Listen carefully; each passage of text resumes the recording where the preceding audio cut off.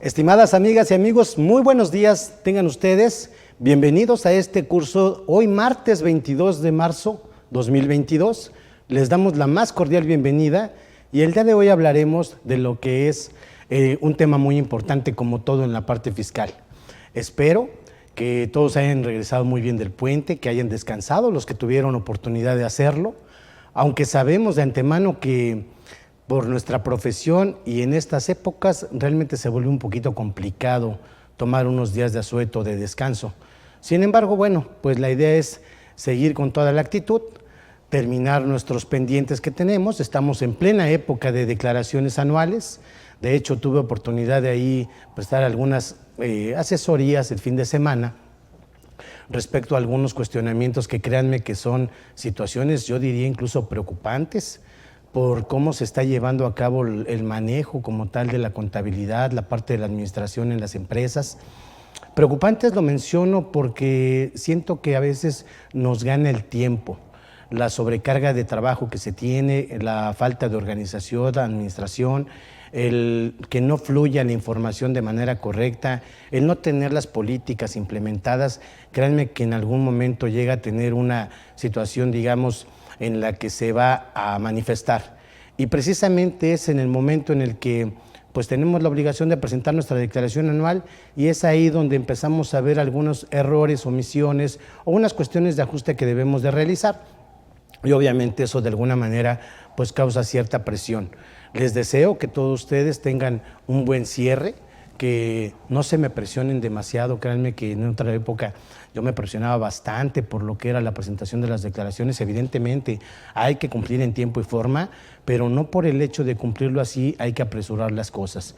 Más bien todo esto lo tendríamos que hacer en una situación preventiva que va fluyendo mes con mes y que realmente nos quite esa preocupación. Créanme que estas canitas no son de a gratis, pero hoy por hoy he entendido también que debemos de guardar un equilibrio entre lo que nosotros nos compete en cuanto a nuestra profesión, en cuanto a nuestra responsabilidad que tenemos como profesionales de la contaduría pública, pero también hay que guardar ese equilibrio, digamos, en la parte familiar, en la parte profesional y no preocuparse de más. Digo, a lo mejor a veces ya sea por la experiencia, por cierto conocimiento o incluso de experiencia de algunos otros compañeros que nos transmiten sus conocimientos y nos hacen ver las cosas de otra manera y dice uno, oye, pues sí, es importante cumplir evidentemente en tiempo y forma. Sin embargo, también debemos de conservar esa parte de la tranquilidad, las cosas deben de fluir. Y evidentemente también, pues procurar que para una mejora, pues se implementen las medidas que deben de aplicar. Pues el día de hoy, repito, deseando que les haya ido muy bien en su fin de semana largo y que bueno, ya vayan avanzando con la parte de la declaración anual, pues tuvimos a bien el proponer este tema que básicamente vamos a hablar de lo que son propiedades, planta y equipo y deducción de inversiones. Como sabemos, en el ámbito contable y fiscal, pues prácticamente todo es importante, ¿no? Y en este caso, hablando de lo que son propiedades, planta y equipo, deducción de inversiones, yo lo que he observado es que precisamente a veces nos confundimos y al no tener las ideas lo suficientemente claras, empezamos a mezclar la parte contable con la fiscal y viceversa. Para mí, considero, desde mi punto de vista, que es muy importante el tener una definición de qué se considera como la parte contable, qué se considera en la parte fiscal, precisamente para evitar alguna confusión o alguna cuestión en cuanto a la información, a la generación de información que nosotros emitimos como contadores públicos, precisamente tenerlo muy bien definido. Y esto se lograría a partir de conocer los términos que aplican tanto para el ámbito contable como para el ámbito fiscal. Sin embargo, es importante el poder diferenciarlos, identificarlos y sobre todo identificar cuál es el fin de cada término, el fin, la finalidad de la información que se arroja e incluso, ¿por qué no decirlo?, el planear una situación tanto financiera como fiscal a partir del conocimiento de esos términos, ¿de acuerdo? Entonces, básicamente, bueno, me suena interesante, me resultó interesante el tema, sabemos que ha habido mucho al respecto. Hay algunas cuestiones, a lo mejor lugares comunes que de por sí ya todos tenemos, sin embargo nos acostumbramos de repente a tener esa, digamos, esa costumbre por manejar las cosas la cuestión de propiedades, planta y equipo o los activos fijos, y de repente les llamamos de la misma manera cuando no lo son, y debemos de tenerlo muy bien identificado. Pues bien, vamos a dar inicio a nuestro curso. Les agradezco de antemano que en esta época, no obstante que estamos en plena declaración anual, personas morales, se den este tiempo precisamente para poder acompañarnos, para poder estar aquí en la plataforma de CADEFI y Capacitación y Desarrollo Fiscal. De verdad, muchísimas gracias, contadores, contadoras, por el favor de su atención, y esperemos que este tema que abordaremos el día de hoy les sea de utilidad, no solamente para nuestro cierre del anual en este momento, sino también para cuestiones futuras del día a día que tenemos como contadores. Muchísimas gracias por su atención. Bien, empezamos con una reflexión, un pensamiento. Decimos aquí: lo que sabemos es una gota de agua, lo que ignoramos es el océano. Isaac Newton. Realmente considero que sí, en el ámbito fiscal creo que todo el mundo coincidirá conmigo respecto a que lo que está por conocer, lo que está por aprenderse y aplicarse, realmente es un mundo de información. En mi particular punto de vista diría yo que tenemos una sobreregulación propiamente de lo que es las cargas tributarias, toda la legislación que implica el poder llevar a cabo un buen cumplimiento fiscal, pues conlleva un cúmulo de información muy importante. Por lo tanto, pues debemos de estar atentos, debemos siempre de estar estudiando, y evidentemente también debemos, desde mi punto de vista, debemos ser conscientes y aplicar propiamente lo que a nosotros en nuestro quehacer es aplicable, ¿de acuerdo? Aquí hablando, por ejemplo, de lo que son los activos fijos, en este caso las inversiones, yo comenzaría por ubicar algunas situaciones principales que hemos notado, y les voy a agradecer mucho que también, si ustedes tienen a bien, compartirnos alguna experiencia de alguna situación que hayan tenido en sus empresas, en sus despachos, quizá también en sus negocios. Respecto al activo fijo o a las inversiones propiamente hablando para efectos fiscales, diríamos, ¿qué situaciones nos hemos encontrado y de qué manera podemos darles una solución? Hay que tomar en cuenta, o no hay que perder de vista, que a mí me gusta mucho la parte de lo que son las normas de información financiera. Me gusta mucho siempre tocar base con ello, porque yo he acuñado una frase que digo: quien sabe normas de información financiera lo sabe todo, créanme. Y no es pretencioso el comentario, y no porque también yo créanme, no tengo suficiente conocimiento de las normas. Sin embargo, cada que tengo una duda, realmente lo que ustedes quieran, gusten y manden, lo podemos encontrar en las normas de información financiera. Nos dan la pauta, nos dan precisamente ese medio para poder definir o registrar propiamente alguna actividad, alguna situación que afecte a la entidad. Por ello es muy importante tener ese conocimiento específico para cada uno de los partidas, de los rubros, de las cuentas, situaciones. Incluso estas normas de información, diría, son dinámicas. Recientemente acabamos de tener auscultaciones y aprobaciones a nuevas modificaciones a normas, precisamente por el dinamismo que tienen y por la claridad con la que se manejan las normas de información financiera. Por lo tanto, bueno, les invitamos a que, si ustedes tienen alguna situación en particular que hayan tenido en sus empresas, si tienen a bien, nos gusten compartirla, y aquí la estaremos discerniendo, pero siempre les diría, partiendo de una base que sería propiamente el registro contable. Porque obviamente sabemos que ejemplos podemos tener muchísimos, prácticamente tantos como lo que tenemos como contribuyentes, como empresas. Y sería muy difícil el poder listar cada uno de esos ejemplos, alguna situación. Sin embargo, quien nos da luz para ello son las normas de información financiera, y partiendo de esa base creo que podremos dar solución a cualquier situación en el ámbito profesional que se pudiera dar. Algunas situaciones que nosotros hemos encontrado, de inicio diríamos: oye, vamos a hablar de activos fijos. Y normalmente nos dicen los clientes: oye, Octavio, ¿qué me recomiendas? ¿Qué me sugieres? ¿Comprar o rentar un equipo? ¿De acuerdo? Seguramente a ustedes les han hecho alguna vez esa pregunta, o ustedes mismos se han hecho esa pregunta. ¿Qué es lo que más me conviene? Yo les diría, precisamente cualquier situación que se dé de implementación en una empresa debe de analizarse, y siempre lo propongo así, con un ejercicio práctico en el que le podamos poner pesos y centavos, que realmente podamos llevar a un ejemplo el costo-beneficio, pero ya muy práctico, con todos los elementos de juicio para poder obtener un razonamiento objetivo respecto a la decisión que vamos a tomar. ¿Y por qué el comentario? Se me ocurre, por ejemplo, decir, oye, soy un despacho contable, realmente necesito, requiero algunos equipos a lo mejor de transporte, algunos mobiliarios, ¿qué me conviene más? ¿No?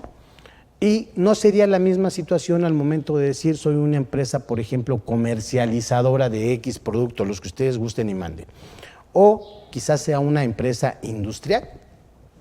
Dependerá, punto de vista, dependerá del giro, de la actividad y de las condiciones económicas que cada una de las empresas tenga. Por ejemplo, acabamos de mencionar ahorita 3 ejemplos propiamente de lo que serían algún tipo de empresa o actividad, que podría ser una cuestión comercial, industrial, de servicios. Diríamos, bueno, a lo mejor en la comercial, dirías, oye, ¿me conviene o no me conviene? Y todo esto va a obedecer, la decisión final la vamos a tomar a partir de lo que tuviéramos nosotros como una cuestión financiera. ¿Por qué? Porque decimos, oye, como empresarios regularmente pensamos o piensan decir, pues lo que sobra no estorba, ¿no? Y si es dinero, pues menos, y nunca va a sobrar. Finalmente yo lo podré invertir.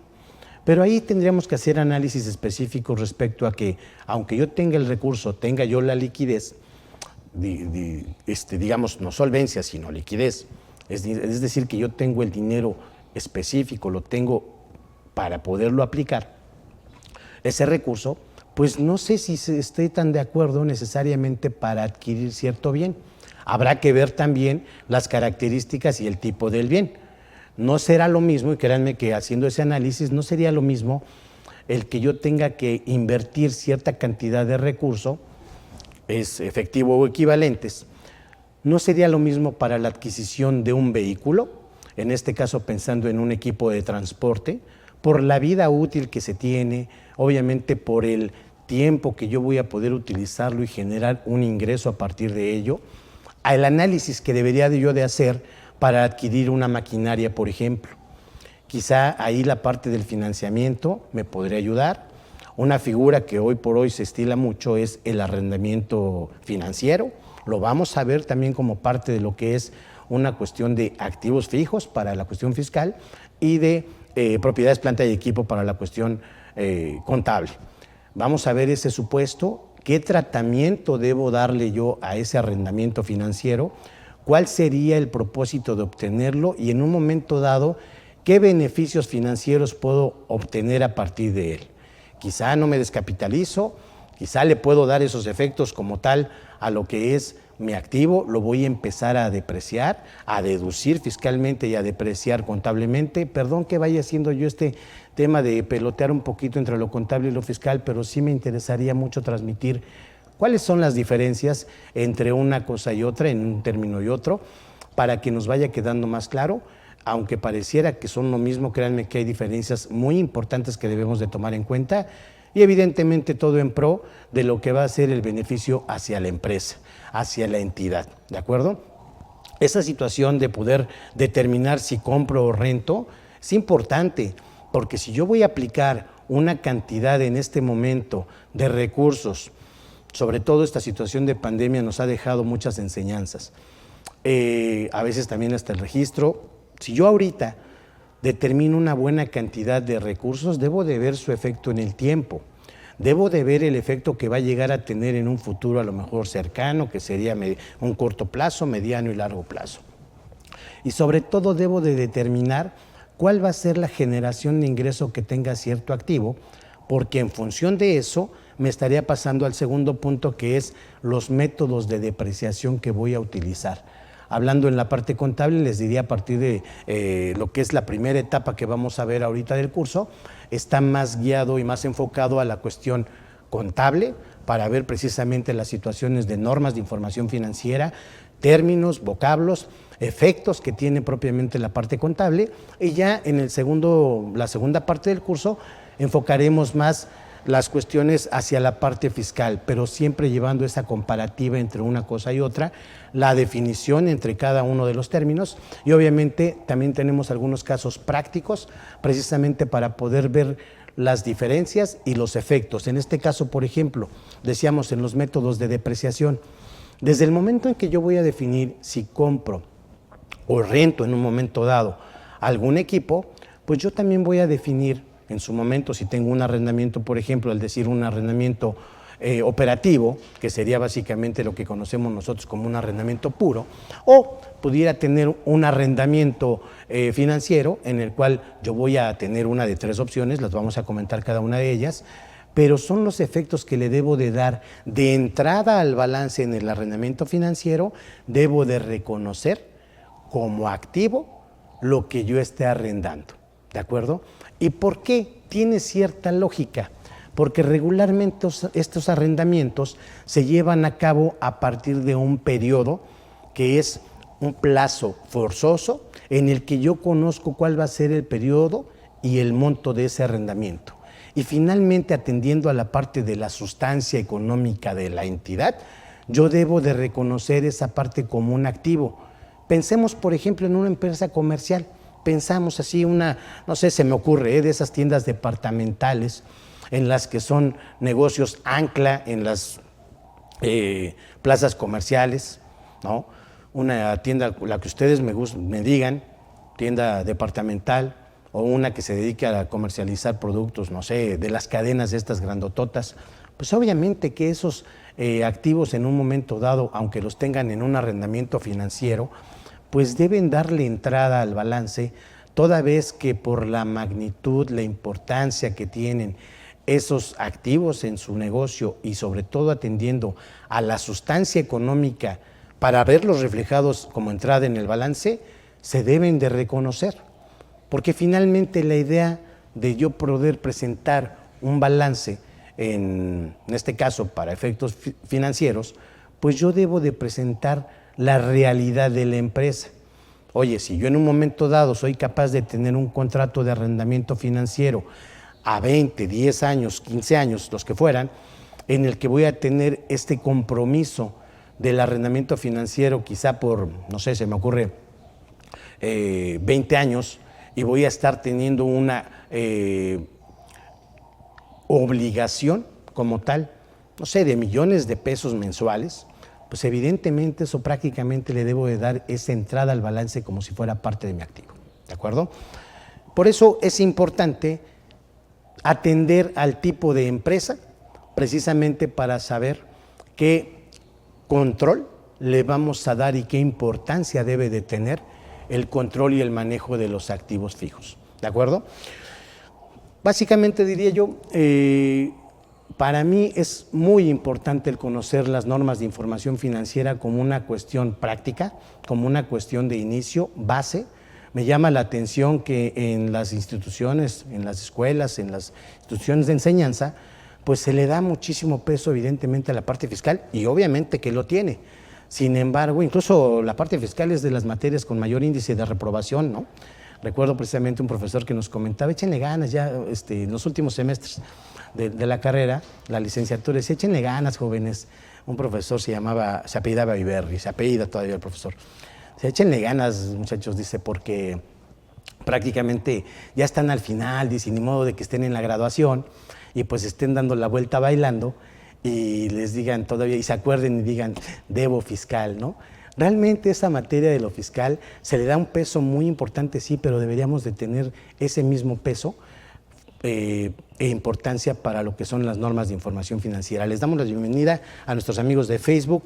Bienvenidos este martes 22 de marzo 2022 a este tema, a este curso que estamos dando referente a lo que es propiedades, planta y equipo y deducción de inversiones. Comentábamos como un preámbulo precisamente el hecho de que la importancia que tiene el que nosotros ubiquemos, dependiendo de la actividad, el giro, el tipo de empresa, la importancia que debe de tener en cada una el control precisamente de lo que son los activos, hablando contablemente, y las inversiones, hablando fiscalmente. Veremos las diferencias que existen como tal entre los términos tanto fiscal como contable, igualmente importantes los dos. Sin embargo, es todavía más importante el poder ubicar y diferenciar de qué se trata cada uno de ellos, tratar de no confundir ni perdernos en los términos, darle la aplicación que debe, que merece, tanto en lo contable como en lo fiscal, precisamente para tenerlos muy bien identificados y sobre todo identificando el fin para el que cada uno se implementa. Les diría, por ejemplo, en el caso de la parte contable, pues creo que lo más importante que debemos de señalar es que debe obedecer a una situación financiera cuyo objetivo de los estados financieros, por muy trillado, por muy lugar común que parezca, es precisamente la de reflejar la situación real del negocio, de la entidad, de la empresa. Ese es el objetivo como tal de la aplicación de las normas de información financiera para la emisión precisamente de esta información que se logra a partir de ahí. Debe de ser financiero, debe de ser lo que realmente refleje de manera más objetiva y puntual la situación de la empresa. Partiendo de esa información, ya llevamos un ritmo diferente para la cuestión fiscal, pero tomando precisamente la cuestión contable, financiera, para llevarlo a un ámbito fiscal. Y decíamos en un momento, si a partir de esas dos posturas, a partir de esas dos líneas, podemos definir, primero, que la información que se genera es veraz, es lo más objetiva posible, a partir de eso poder llevar a cabo una planeación fiscal que pueda determinarse a partir de esa información las obligaciones fiscales, pero siempre partiendo de la información contable y tomando como base que este objetivo de la información debe de ser puntual para dar la información concreta y tomar las decisiones que correspondan, no al revés.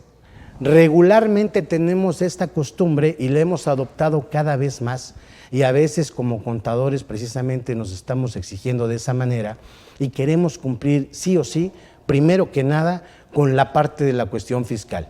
Lo primero que debo de hacer yo como contador es primero ver cómo no se pagan los impuestos.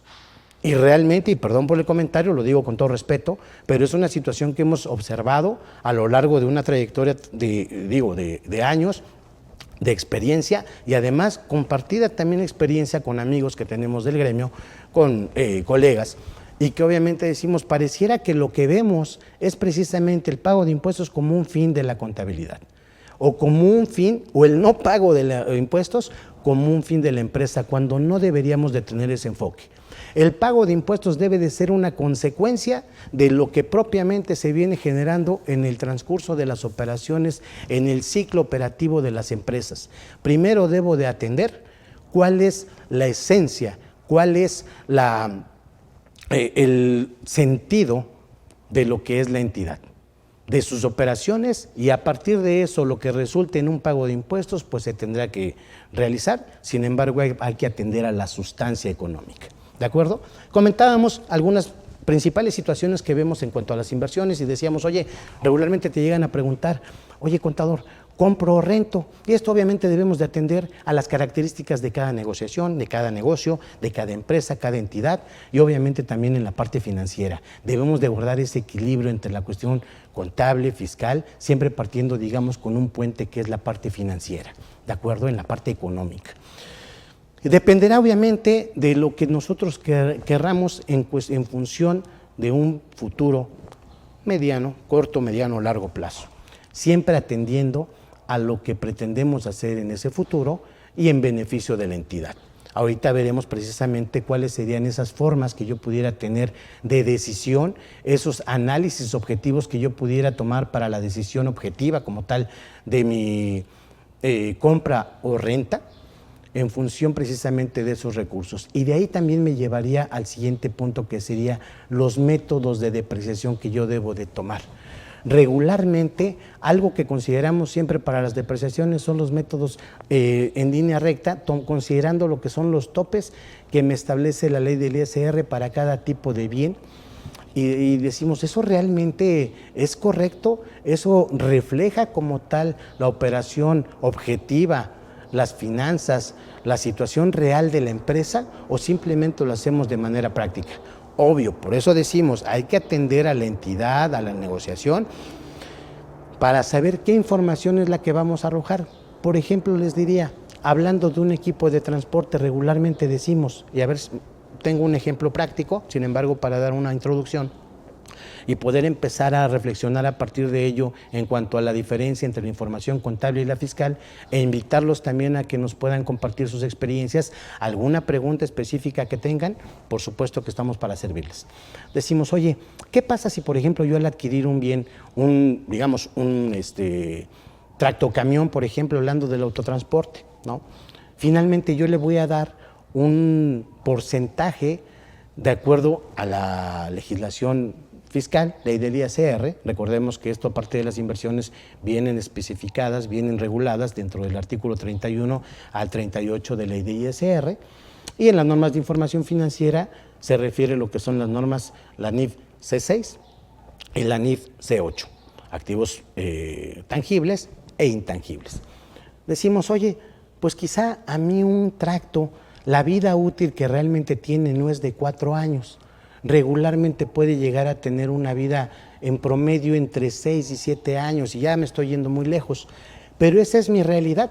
Conocemos empresas, incluso les diría yo, que al no tomar esta situación de comparación o definición entre lo contable y lo fiscal, tenemos, en específico, recuerdo un balance en este momento de una empresa, que tenemos un activo, hablando de lo que es el transporte, el equipo de transporte, un activo cuyo importe es de 27 millones de pesos.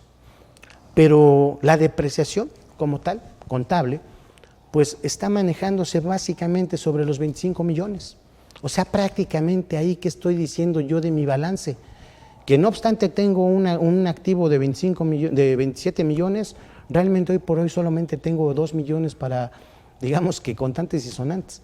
¿Por qué? Porque a lo mejor todavía tienen una vida útil, pero financieramente yo, ya sea para un crédito, por una fianza, para un seguro, financieramente si me voy a esa parte, pues realmente lo que estoy diciendo es de que no tengo esa capacidad de acuerdo a mi balance.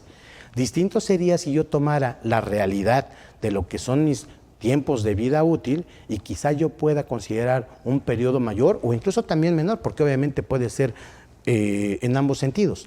Pero si yo tengo un periodo mayor de vida útil, obviamente estoy considerando una realidad, algo que realmente se apega a lo que es mi realidad contable, ¿de acuerdo? Y así como tal lo voy a estar yo transmitiendo a los usuarios de la información. De ahí la importancia de no nada más considerar un método de depreciación específicamente en la parte de lo que es lo fiscal.